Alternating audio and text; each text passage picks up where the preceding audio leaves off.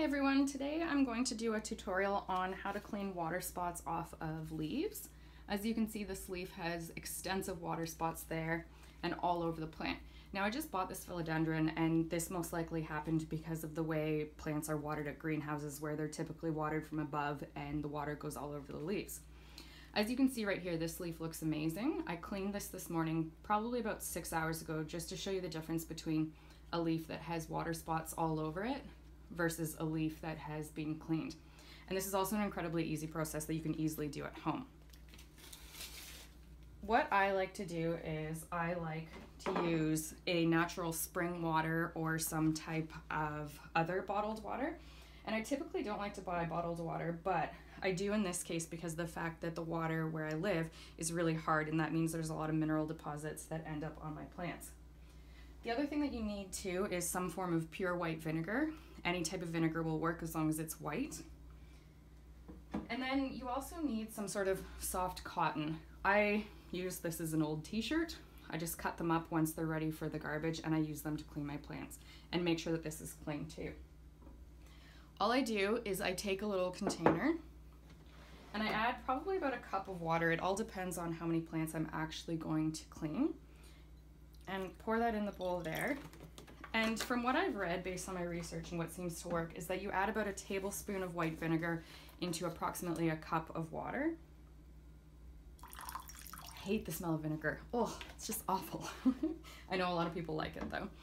And then just swirl it around a little bit. It's a very easy process. And then I take the t-shirt or t-shirt material. Again, you can use pretty much anything that you want.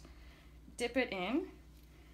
And then I just gently hold the leaf and rub everywhere across the leaf. I also tend not to continue to use this in the exact same spot because of the fact that you will have wiped what was on there onto here.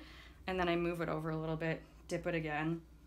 And depending on how bad the water spots are on your plant, you may need to continue to dip it in and wipe it off. But as you can see already, this has made such a difference. Sometimes too, you do need to let the leaves dry and then just come back maybe half an hour or an hour later and then do the process all over again. But this seems to be working fairly well right now.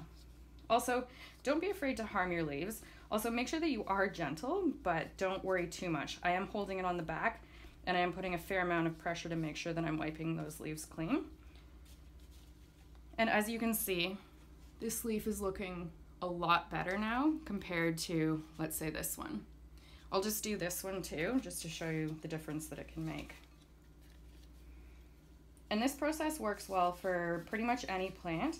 Now, if you are concerned about the vinegar harming your leaves, make sure you do a little test. Just do a little part of a leaf that may be hidden, and then just make sure that your plant can withstand the vinegar.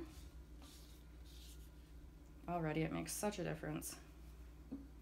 And again, I like to use distilled water or spring water because of the fact that it means that there's nothing in the water that's actually going to dry onto the plant and create water spots.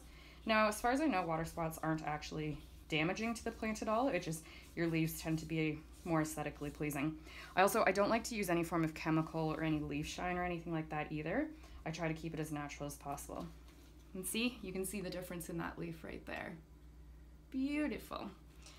Yeah, so it doesn't take too long. I just did those 2 leaves probably in about a minute.